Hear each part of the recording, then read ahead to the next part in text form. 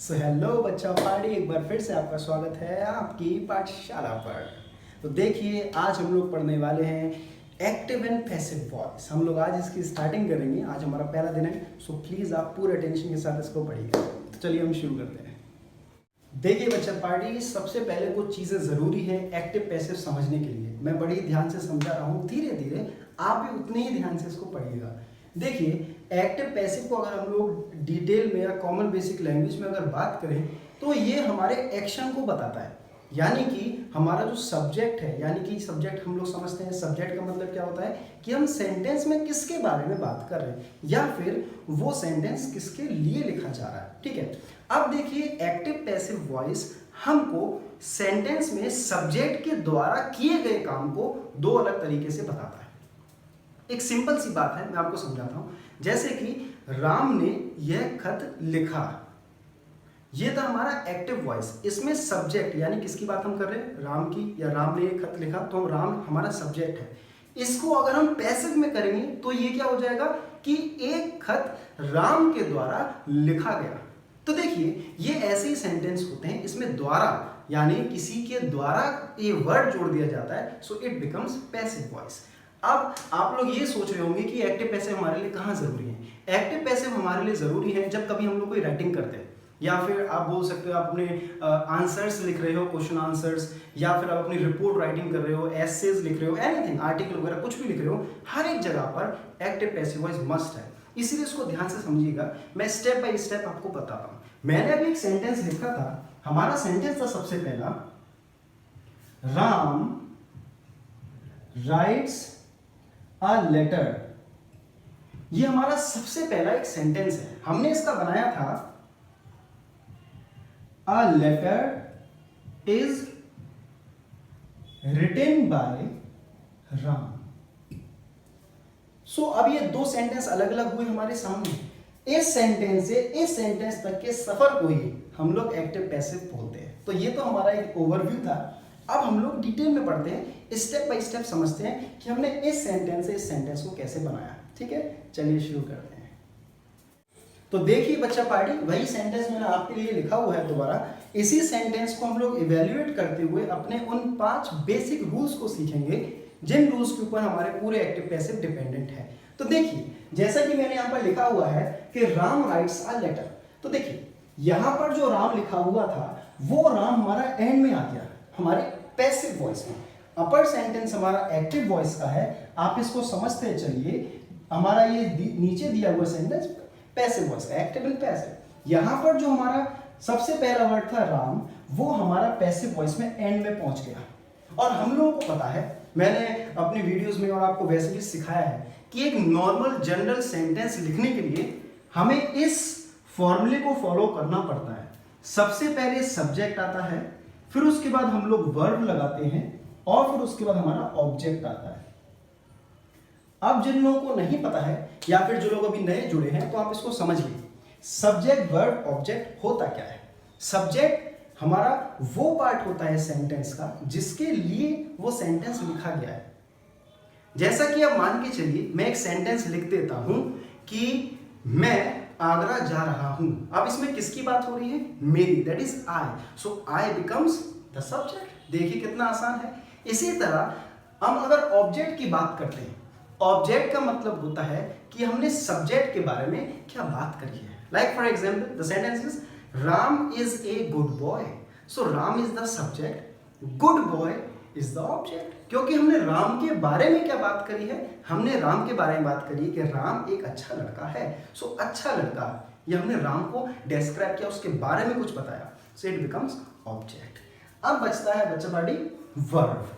Verb के English में 2 uses होते हैं, मैंने आपको अक्सर बताया है। सबसे पहला यूज होता है वर्ब का, verb tells us about tense, that is time, and the second is verb tells us about action in a sentence. Verb हमको या तो टेंस बताती है कि ये प्रेजेंट टेंस है, पास्ट है, फ्यूचर है, कंटिन्यूअस है, इंडेफिनिट है, परफेक्ट है, एनी टेंस, या फिर वो हमको एक्शन बताती है। जैसे कि राम एक खत लिखता है, सो लिखना, लिखना is the action. I teach, मैं पढ़ाता हूँ, यू स्टडी, आप पढ़ते हो। सो ये जो सारे एक्शन होते हैं, कुछ भी इस हमारे वर्ल्ड में आप कुछ भी देखो, कोई भी एक्शन है किसी भी तरह का, वो हर एक एक्शन हमारा वर्ब हो जाता है। सो देखिए अब हमको यही चीजें समझनी है। वो वर्ब जो हमको टेंस और टाइम बताती है, दैट इज हमको टेंस बता रही है सिर्फ, ऐसे वर्ब को बोला जाता है हेल्पिंग वर्ब, या फिर हम उसको ऑक्सिलरी वर्ब भी बोलते हैं। जो वर्ब्स हमको टाइम या टेंस बताती हैं उन्हें हम बोलते हैं helping verb. Like for example is, are, am, will, shall, any. कोई भी ऐसा वर्ड जो हमको टाइम बताता है यानी कि टेंस बताता है, वो हमारी हेल्पिंग वर्ब हो जाती है। दूसरी तरफ जो वर्ब हमको एक्शन बताती है, उस वर्ब को हम लोग बोलते हैं मेन वर्ब। ऐसी वर्ब को बोला जाता है main verb. Like for example हम लिखते हैं जैसे राइट, जंप, वॉक। सो ये सारी हमारी वर्ब्स हो जाती हैं main verbs. So I hope आपको ये तो क्लियर हुई होगी कि हेल्पिंग वर्ब और मेन वर्ब्स हम किसे बोलते हैं, सब्जेक्ट ऑब्जेक्ट हम किसे बोलते हैं। चलिए हम आगे बढ़ते हैं। सो नाउ बच्चा पार्टी, आई होप आपको ये वर्ब्स वगैरह क्लियर हुई हैं, तो हम आगे बढ़ सकते हैं। तो देखिए हमको इसमें एक चीज और पढ़नी है कि हम लोग जब कभी भी एक्टिव पैसिव वॉइस की बात करते हैं तो उसमें सबसे पहले हमको यही आइडेंटिफाई करना रहता है कि हमारा सब्जेक्ट क्या है, वर्ब क्या है और ऑब्जेक्ट क्या है। अगर हम लोग देखें सेंटेंस में किसकी बात हो रही है, राम की। सो अब हमारा एक्टिव वॉइस के सेंटेंस में राम इज द सब्जेक्ट। फिर हमने पढ़ा था उसके बाद ऑब्जेक्ट। ऑब्जेक्ट का मतलब क्या होता है कि हमने राम के बारे में यानी कि सब्जेक्ट के बारे में क्या बात की, राम क्या लिखता है, एक letter, that is a letter. So a letter is the object, is the object. और फिर हमने पढ़ा था वर्ब। वर्ब हमें क्या शो करता है, टेंस एंड एक्शन। अब देखिए राइट्स, राइट्स वर्ड में राइट, लिख रहे हैं आप कुछ, अब आप लिख रहे हो तो काम कर रहे हो, सो इट बिकम्स वर्ब। और हमने क्या पढ़ा था अभी कि helping and main verb. Helping verb हमको क्या बताती है, टेंस, मेन वर्ब क्या बताती है, एक्शन। अब आप लिख रहे हो तो एक्शन है, it means it becomes main verb. I hope आपको इतना क्लियर हुआ होगा। अब देखिए इसी के साथ हम पैसिव वॉइस को इवेल्युएट करते हैं। अब नीचे वाले सेंटेंस में a letter is written by Ram में अब हम किसकी बात कर रहे हैं, ऊपर तो हम बात कर रहे थे राम की क्योंकि राम ही खत लिख रहा है, लेकिन नीचे हम बात कर रहे हैं खत की क्योंकि खत राम के द्वारा लिखा जा रहा है। सो हम खत की बात कर रहे हैं। तो भाई नीचे वाले सेंटेंस में बच्चा party a letter becomes the subject, Ram end में चला गया, so Ram becomes written by, this becomes the object. और हमने पढ़ा अब क्या बचता है, वर्ब, यानी कि tense and action. Is word हमें टेंस बताता है, रिटन वर्ड हमें एक्शन बताता है। So this is also word, this is also word. Written एक एक्शन है, देखा आपने, राइट था, रिटन है, एक्शन है, so it becomes main word. Tense, is हमें टेंस बताता है, that is means present tense, so is becomes helping word. तो देखिए इस तरीके से हमने अपने दोनों सेंटेंस कंप्लीटली इवैल्यूएट कर लिए। हम समझ लिए क्या कि subject, object, main word, subject, object, main word and helping word. I hope इतना तो क्लियर हुआ आपको। अब इसमें हमको एक चीज और सीखनी है, मैं आपको इसी में बता देता हूं कि हमारे रूल्स क्या हैं। हमने देखा, ऑब्जर्व करिए आप लोग, कि एक्टिव वॉइस का जो सब्जेक्ट था, पैसिव वॉइस का वो ऑब्जेक्ट हो गया। देखिए एक्टिव वॉइस का जो ऑब्जेक्ट था, पैसिव वॉइस का वो सब्जेक्ट हो गया।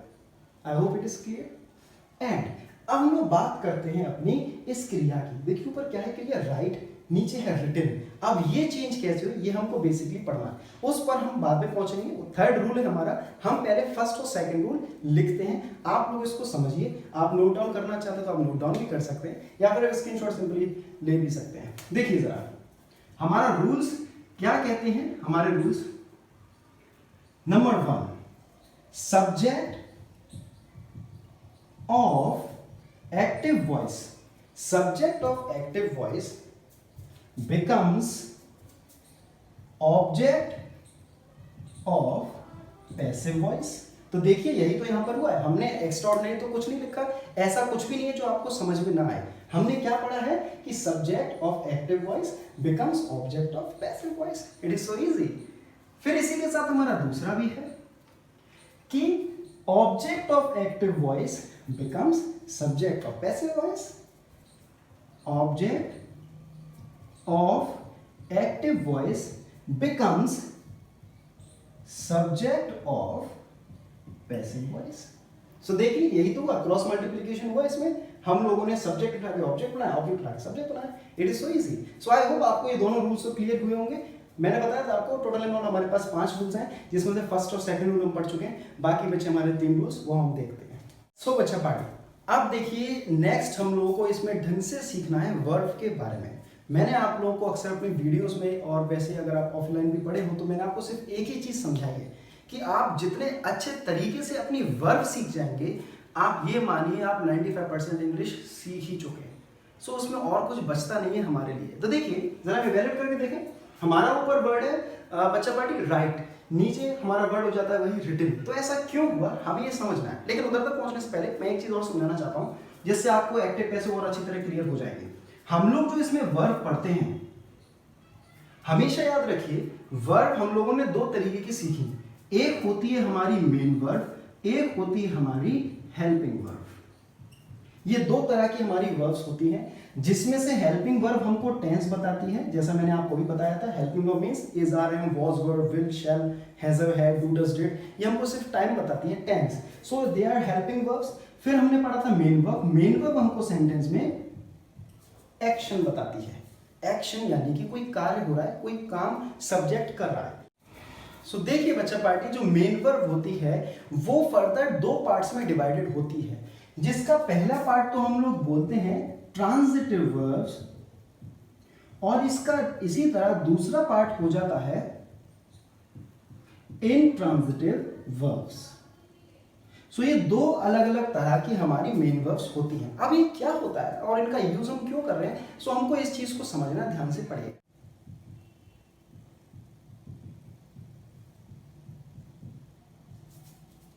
सो देखिए बच्चा पार्टी, अक्रॉस द ईयर पढ़ाते हुए मैंने आप लोगों को एक ही चीज सिखाई है हमेशा, कि अगर आपके सामने कोई भी डिफिकल्ट वर्ड आता है या फिर आपके सामने कोई ऐसा वर्ड है आपको जिसका मीनिंग नहीं पता हो, आप उसके रूट वर्ड को पहचानने की कोशिश करिए। यानी कि आप ये अनुमान लगाइए, अप्रोक्सीमेशन जैसा आप चीज का करिए कि वो वर्ड किस वर्ड से बन सकता है या फिर लगभग वो किस चीज के आसपास है, अगर आपको रूट वर्ड नहीं पता हो तो। देखिए जैसे कि वर्ड है हमारा ट्रांजिटिव, अगर हम इसकी बात करें, ट्रांजिटिव वर्ड हमको लग रहा है मिलता जुलता ट्रांजिशन से। ये एक ट्रिक है जो मैं आपको समझा रहा हूं अभी, ऐसी ट्रिक जिससे आप इंग्लिश में वोकैबुलरी अपनी स्ट्रॉन्ग कर सकते हो। आपके सामने अनसीन पैसेजेस आते हैं, उसके मीनिंग्स आपको काफी नहीं पता होते हैं अगर, तो आप इस तरीके से पता लगा सकते हैं। आप रूट वर्ड पहचानिए, जैसे ट्रांजिटिव वर्ड है। अब ट्रांजिटिव वर्ड हमें लग रहा है कहीं ना कहीं ट्रांजिशन से मैच हो रहा। देखिए आखिरी के को हम टू लेटर्स छोड़ दें तो पूरा हमारा ट्रांजिशन से वो मैच कर रहा है। सो हमें इतना तो इस बारे में समझ में आ गया कि ये वर्ड ट्रांजिशन से रिलेटेड है। अब ट्रांजिशन मतलब क्या होता है बच्चों बड़ी, कि कोई चीज जो किसी चीज के थ्रू पास हो सके, हम ट्रांजिशन कर सकते हैं। आप ट्रांसफर कर सकते हो किसी को, ट्रांजिशन कर सकते हो, ट्रांजैक्शन कर सकते हो, जैसा आप अपने बैंक अकाउंट्स में मनी का ट्रांजैक्शन करते हो। सो वही चीज है। माने कि कोई एक ऐसा वर्ड यानी कि कोई एक ऐसी वर्ब जो अपने बाद किसी और वर्ड्स का ट्रांजिशन कर सके, उनको आने दे। जैसा अगर हम ऊपर वाला सेंटेंस पढ़ते हैं बच्चा party, Ram writes a letter, कि राम एक लेटर लिखता है। सो इसमें राम राइट्स अ लेटर, तो राइट हमारी वर्ब है, एक्शन है। कैसे पता एक्शन है, देखो भाई हम काम कर रहे हैं, लिख रहे हैं, तो एक काम हो गया हमारा, एक्शन हो गया। सो इट बिकम्स मेन वर्ब। अब मेन वर्ब के साथ ये एक ऑब्जेक्ट भी दे रहा है, यानी कि अ लेटर भी आ रहा है इसके साथ। सो अब ये एक ऐसी वर्ब हो गई, ये एक ऐसी क्रिया हो गई हमारी जो अपने बाद किसी एक और वर्ड्स को आने दे रहा है। सो अब देखिए ये वर्ब क्या कहलाएगी फिर, ट्रांजिटिव वर्ब। क्यों? क्योंकि ये ट्रांजिशन करने दे रही है हमें कि हम इसके बाद कुछ और लिख सकें। ये हमें परमिशन दे रही है कि हम इसके बाद कोई और वर्ड भी लिख सकते हैं। अब मान के चलिए मैं इसमें से ये वर्ड हटा दूं, राम राइट्स, अब मैं इतना ही सेंटेंस लिख दूं। अब देखिए ये सेंटेंस हमें इनकम्प्लीट लग रहा है।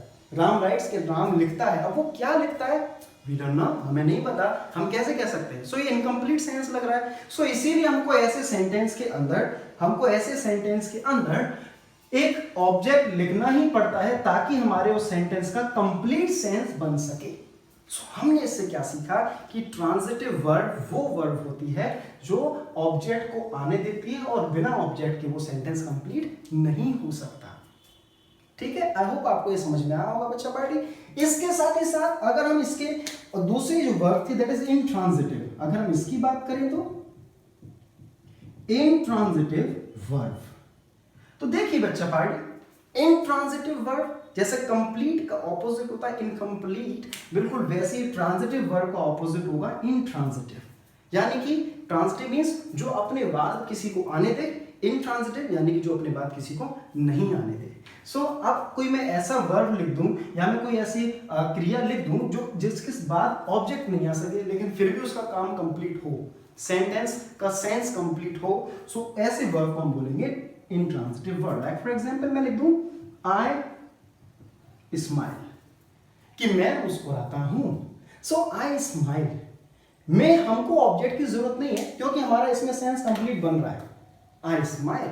अब अगर हम इसमें लिख देंगे कि आप किस वजह से स्माइल कर रहे हो, आई स्माइल बिकॉज ऑफ यू, तो अब हम बिकॉज लिख रहे हैं। बिकॉज क्या होता है बच्चा?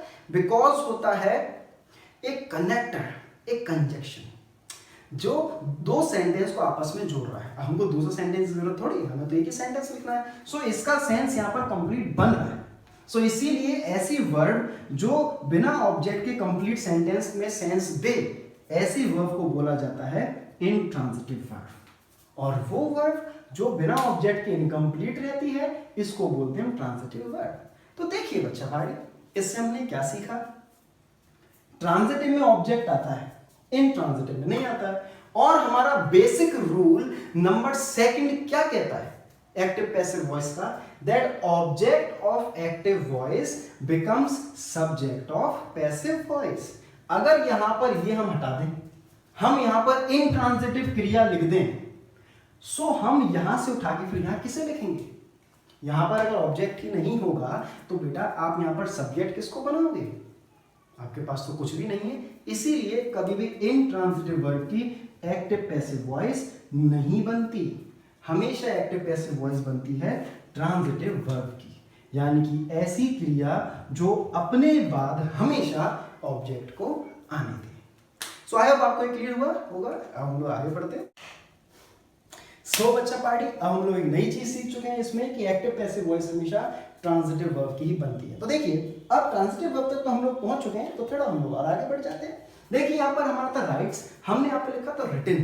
अब हमने फॉर्म चेंज कर दी। अगर हम इन डिफरेंट फॉर्म्स की बात करें तो मैं आपको एक और नई चीज सिखाना चाहता हूँ। देखिए हम लिखते हैं टाइप्स, या फिर आप इसको ऐसे भी लिख सकते हैं, फॉर्म्स ऑफ मेन वर्ब। कि मेन वर्ब की फॉर्म्स क्या होती हैं? फॉर्म्स बोले तो हम लोग कि अलग अलग प्रकार की कैसे हम उनको लिख सकते हैं उन वर्ड्स को। मेन वर्ब यानी कि एक्शन।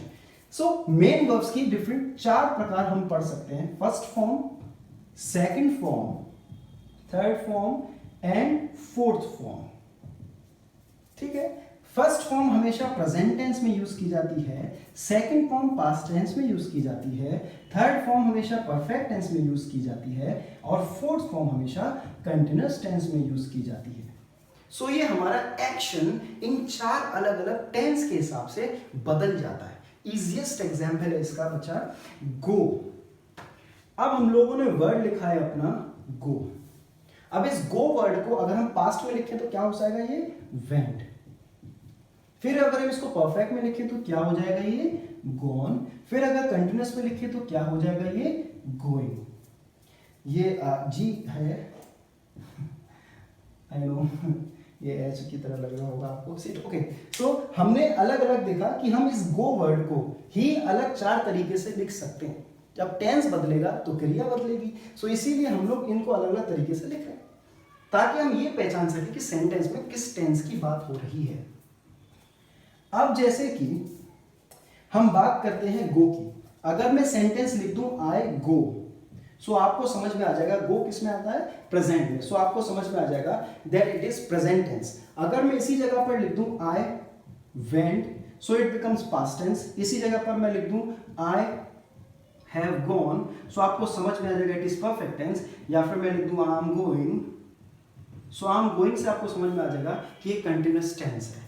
इस तरीके से अलग अलग अगर हम फॉर्म्स बनाते हैं अलग अलग टेंस को वो डिनोट करती हैं। सो हमारा बस नेक्स्ट रूल आ गया इसी के साथ कि हम लोग हमेशा, बच्चा party rule number 3 it is कि हम लोग हमेशा मेन वर्ब की परफेक्ट टेंस की फॉर्म लिखते हैं पैसिव वॉइस में।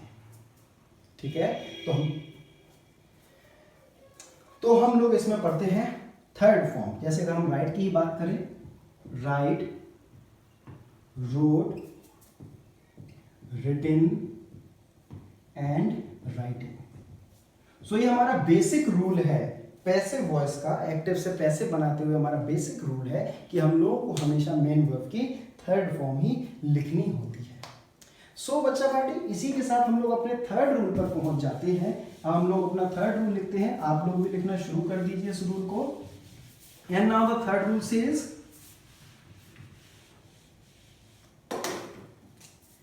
third rule says we always use third form of main verb in passive voice। कि हम लोग हमेशा पैसिव वॉइस में मेन वर्ब की थर्ड फॉर्म का यूज करते हैं इररेस्पेक्टिव ऑफ दिस कि हमारे ऊपर कोई भी वर्ब हो, हमारे ऊपर कोई भी टेंस चल रहा हो, हमने यहाँ पर राइट्स लिखना है, हमें यहाँ पर रोट लिखना है, या फिर हमें कुछ भी लिखना है, ऊपर कोई भी टेंस होगा, नीचे आपकी परफेक्ट की ही फॉर्म आएगी। हमेशा इस बात को याद रखिए, ऊपर हमारा एक्टिव पैसिव किसी भी टेंस का हो, पास्ट का हो, प्रेजेंट का हो, फ्यूचर का हो, कंटिन्यूस का हो, परफेक्ट कंटिन्यूस का हो, इंडेफिनिट का हो, सिंपल टेंस, कुछ भी हो, हमें उससे फर्क नहीं पड़ना है। हमें बस अपने पैसिव वॉइस में हमेशा थर्ड फॉर्म लिखनी है, आप इतना याद रखो। सो it becomes easy like this. So I hope ये क्लियर हुआ होगा। सो अब हम लोग अपने फोर्थ रूल की तरफ बढ़ते हैं।